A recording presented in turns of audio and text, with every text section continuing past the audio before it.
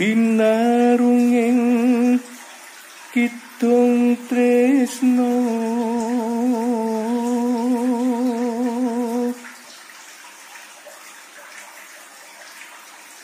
mongko prasetyaning jiwa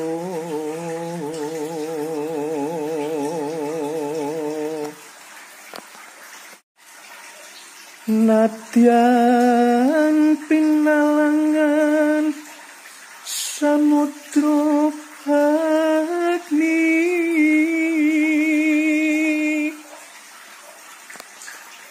tatan minggu tanpa kewo kenging tresno bingkas saking rupeto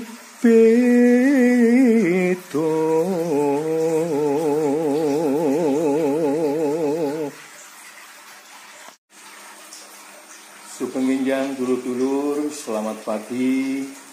Assalamualaikum warahmatullahi wabarakatuh. Apa kabar semuanya, sahabat Ruth Rusman? Pagi ini kita bertemu lagi. Kemudian saya awali tadi dengan sebuah gending ya. Gending judulnya tadi Asmoronolo. Asmoronolo itu adalah artinya adalah keindahan asmara, keindahan cinta. Gending tadi saya dedikasikan pada kisah seorang Abimanyu atau Ongkowijoyo. Abimanyu itu nama lainnya adalah Ongkowijoyo, yaitu putra Janaka dengan Dewi Woro Subodro. Mengapa saya dedikasikan itu? Karena saya akan menceritakan sebuah kisah tentang bagaimana pertemuan antara Abimanyu dengan seorang wanita yang bernama Dewi Utari.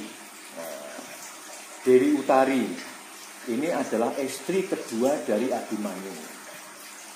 Jadi waktu itu Abimanyu jatuh cinta kepada Dewi Utari. Kemudian Dewi Utari juga sama jatuh cinta, namun ada keraguan dalam diri Dewi Utari, tidak tahu ada dalam kata hati yang paling dalam, dia ini masih agak meragukan kesetiaan seorang Abimanyu. Nah, pertemuan antara Abimanyu dengan Dewi Utari ini adalah terjadi ketika Pandowo atau leluhurnya atau ayah-ayahnya Abimanyu itu selesai mengabdikan diri secara sesembunyi ya pada kerajaan Wiroto. Jadi kerajaan Wiroto itu rajanya bernama Prabu Maswapati. Kemudian di sana ada anaknya yang namanya Resi Seto dan adik-adiknya itu ya. Itu dan termasuk Dewi Utari itu adalah putri dari Prabu Maswapati. Mereka bertemu.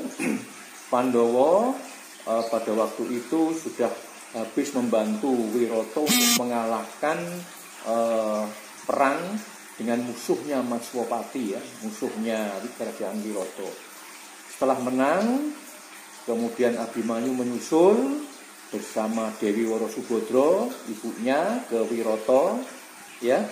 Kemudian bertemulah Abimanyu dengan Dewi Utari ini. Mereka saling jatuh cinta. Tetapi sesungguhnya Dewi Utari itu bukan orang lain bagi Abimanyu.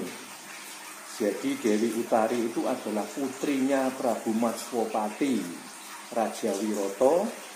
Waktu mudanya Maswapati itu bernama Raden Durgandono, pangerannya Wiroto, Raden Durgandono. Kakaknya Durgandono itu seorang putri namanya Durgandini. Siapa Durgandini? Durgandini itu adalah ibunya Adiyoso, ibu kandung. Siapa Abiyasa? Abiyasa itu adalah ayahnya Pandhu Dewanoto. Siapa Pandhu Dewanoto? Dia adalah ayahnya Pandowo. Ayahnya Arjuna berarti ya, ayahnya Janaka. Siapa Janaka? Ayahnya Abimanyu. Jadi kalau diurut ada keterkaitan sebagai keluarga ya, antara Abimanyu dengan Dewi Utari. Tapi kalau dari segi silsilah keluarga, Dewi Utari ini jauh di atasnya. Mbah Buyut putri. Karena Dewi Utari kan status keluarganya sejajar dengan Abiyasa. Dewi Utari anaknya Raden Durgandono atau Masopati, sedangkan Abiyasa anaknya Durgandini. Durgandini dan Durgandono itu adik kakak. Jadi kalau dari segi urutan kaitan keluarga, Dewi Utari itu adalah mbah buyutnya Abimanyu. Tapi dari segi usia, terpautnya tidak terlalu banyak. Ya mungkin lebih tua Dewi Utari tapi tidak terlalu banyak. Masih relatif muda lah Dewi Utari. Lah mengapa kok begitu? Ya karena kelahiran Dewi Utari itu agak lambat, agak jauh di bawah saudara-saudaranya. Nah, oke.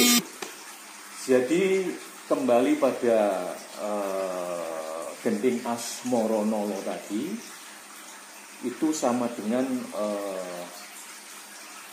uruping cinta Abimanyu terhadap Dewi Utari, dia kemukakan. Tapi Dewi Utari agak meragukan kesetiaan dari Abimanyu. Ya tidak tahu. Yang namanya kata hati yang paling dalam seorang wanita itu kan peka ya. Dia punya perasaan seperti itu. Nah, oleh karena Abimanyu itu sudah punya istri sebelumnya, yaitu seperti yang saya kisahkan kemarin, yakni Dewi Siti Sundari, putrinya Kresna. Padahal keduanya tidak memiliki putra. Bahkan Semar mengatakan mereka berdua tidak akan punya anak. Maka Abimanyu ini yang sudah kemasukan wahyu hidayat, anak-anaknya itu nanti akan menurunkan raja-raja Jawa, dia berkewajiban untuk mempunyai putra. Ini ya sama saja dengan kewajiban. Gak ngono terus siapa yang jadi raja tanah Jawa? Kan harus anaknya Abimanyu.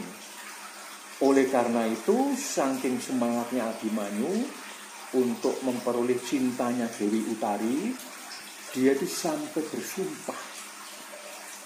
bersumpah di hadapan Dewi Utari bahwa dirinya itu masih jejaka. Dan apabila kata sumpahnya ini tidak benar, maka Abimanyu rela besok matinya akan terajah oleh anak panah yang tidak terukur banyaknya. Masya Allah. Sumpah nih ya. Sumpah seorang lelaki kepada seorang wanita. Sumpah itu merupakan satu satu hal yang harus ditepati namanya sumpah. Apalagi menyebut nama Tuhan, menyebut nama Allah. Makanya beliau-beliau yang menjadi pimpinan, ya, pimpinan terutama yang pegang penentuan jabatan, decision maker ya, para pembuat kebijakan, ya contohnya mulai dari presiden, gubernur, bupati, wali kota, camat, sampai dengan kepala desa yang dia punya kewajiban untuk membuat kebijakan di wilayah yang dipimpinnya. Itu hati-hati, sumpah demi Allah, ya, demi Tuhan, itu akan membawa akibat yang luar biasa dalam kehidupannya. Mungkin hidup di dunia tidak terasa ya, tapi nanti akhirat akan ditagih oleh Allah SWT. Surat Al-Baqarah ayat 224, dulur-dulur sudah mengingatkan, janganlah kamu jadikan nama Allah dalam sumpahmu sebagai penghalang dari berbuat baik, bertakwa, dan menciptakan kedamaian di antara manusia. Allah Maha Mendengar lagi Maha Mengetahui. Ini artinya apa, dulur-dulur? Ya artinya kalau sudah menyebut nama Allah di dalam sumpahnya, dia wajib, sekali lagi wajib untuk melaksanakan. Kalau kebijakannya itu mendolimi satu orang saja rakyatnya, maka dia terkena dosa. Apalagi kalau sampai jutaan orang ya. Nah inilah akibatnya. Tetapi saudaraku, kali ini saya bukan membahas mengenai sumpah jabatan. Kembali pada kisah tentang Abimanyu, yang lebih kita bahas adalah sumpahnya sebagai seorang calon suami dari Dewi Utari, yang begitu melegenda sumpah ini ya. Sumpah terhadap calon istrinya, seorang wanita. Ini apa akibatnya? A'udzubillahi minasyaitonirrajim. Bismillahirrahmanirrahim. Wa kaifa ta'khudunahu wa qad afalda ba'dukum illa ba'zi wa akhadna minkum mitsaqan qalida. An-Nisa ayat 21. Bagaimana kamu akan mengambilnya kembali? Padahal kamu telah menggauli satu sama lain sebagai suami istri. Dan mereka pun, istri-istrimu itu, telah membuat perjanjian yang kuat, ikatan pernikahan denganmu. Jadi ikatan sumpah di dalam pernikahan itu merupakan ikatan yang seharusnya menjadi kuat, yang menali antara dua pribadi ya, antara seorang pria dan wanita, dan menjadikan mereka saling mengerti. Kembali pada kisah tentang Abimanyu yang bersumpah di hadapan calon istrinya atau Dewi Utari, maka sumpah itu menjadikan satu peristiwa yang berlarut-larut, teman-teman semuanya. Kembali pada kisah mengenai Abimanyu dengan Dewi Utari tadi ya. Karena ini penting sekali. Justru Dewi Utari ini yang menurunkan parikesit. Tapi sebelumnya ini, pada saat mereka bersumpah, Abimanyu bersumpah di hadapan Dewi Utari itu, di dekat situ ada seorang buto bajang ya, yang sedang mengintip. Buto bajang itu bernama Kolo Bendono, Dityo Kolo Bendono, yaitu pamannya Gatotkaca. Jadi ceritanya begini, ketika Siti Sundari, istrinya Abimanyu itu lama tidak bertemu dengan Abimanyu, karena Abimanyu kan mengelana ya, mengelana sebelum ketemu dari Utari itu, dia berkelana cukup lama. Akhirnya Siti Sundari, istri pertama dari Abimanyu itu, datang kepada Gatotkaca di Pringgondani. Gatotkaca Raja Pringgondani. Dia berkeluh kesah, sudah sekian lamanya suamiku Abimanyu tidak kelihatan. Jika saya ini sebagai seorang istri juga tentu saja sangat rindu kepada suamiku. Nah, itu keluh kesahnya Siti Sundari. Akhirnya Gatotkaca menugaskan pada pamannya, seorang buto bajang yang sangat jujur, ya, sangat jujur, kemudian ikhlas hatinya. Pamannya ditugaskan untuk mencari di mana posisi dari Abimanyu ini. Akhirnya Kolo Bendono kan mencari. Nah, ketemu di Taman Wiroto itu, di Taman Keputren Wiroto. Dia menyaksikan Abimanyu tadi bersumpah di hadapan Dewi Utari tadi.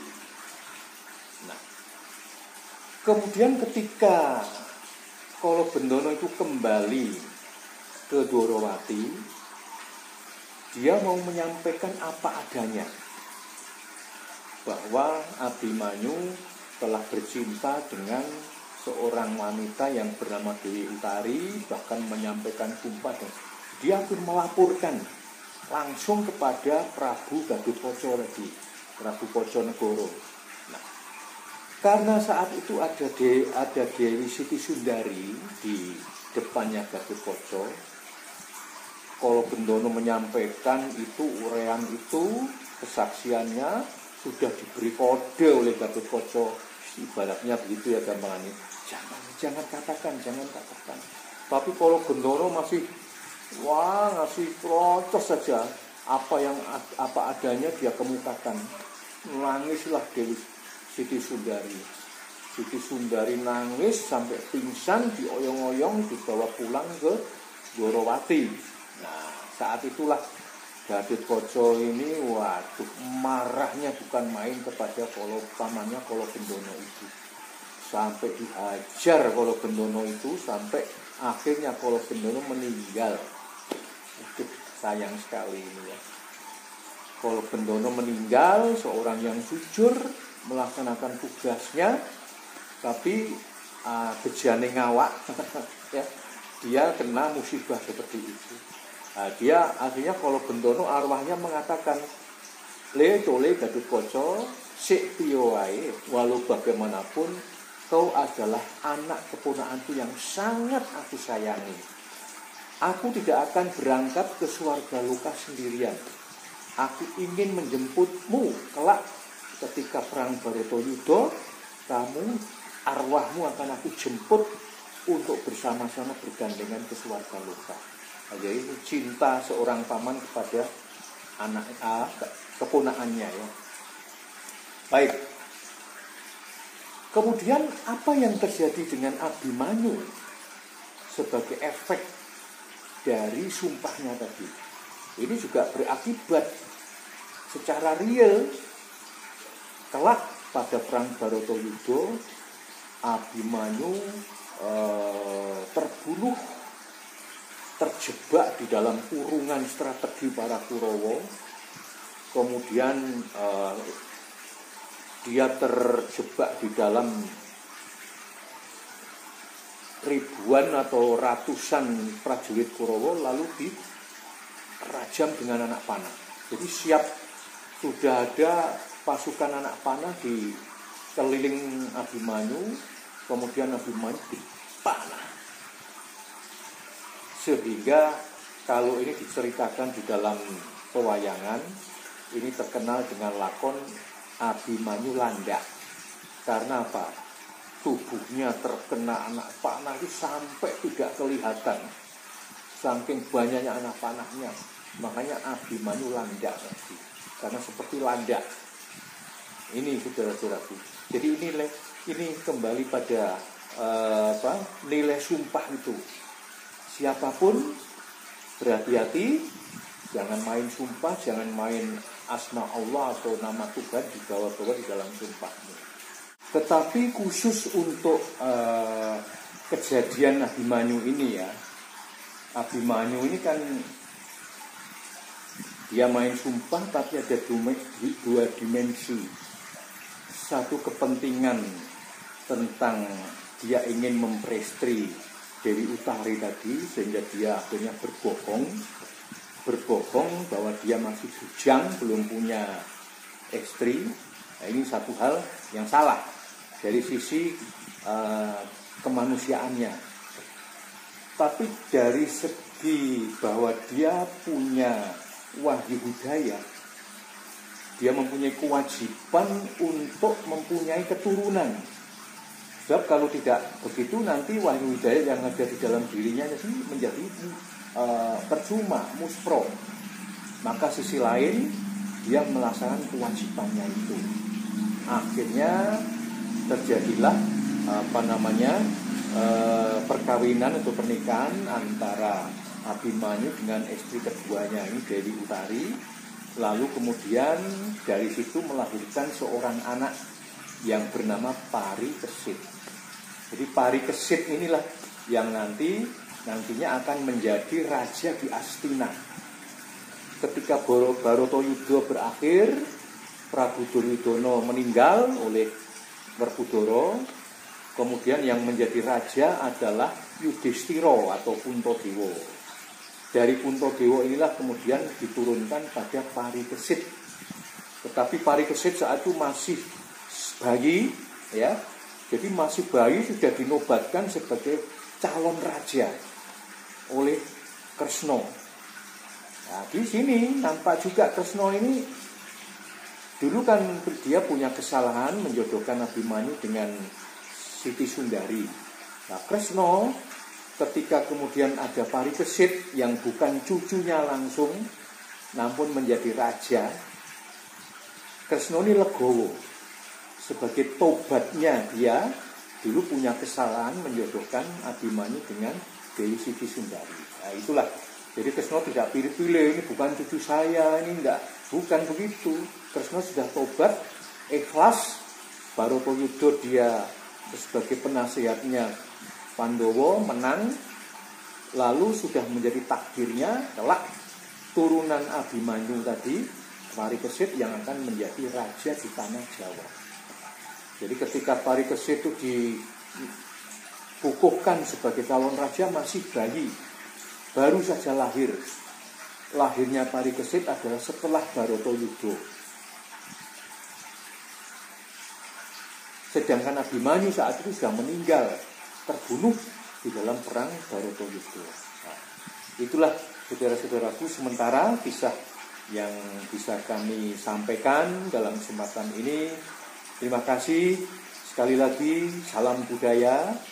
Jangan segan-segan untuk selalu mendengarkan kisah-kisah wayang karena di dalamnya banyak sekali tuntunan yang bisa kita ambil. Terima kasih ya. Sampai jumpa di lain kesempatan.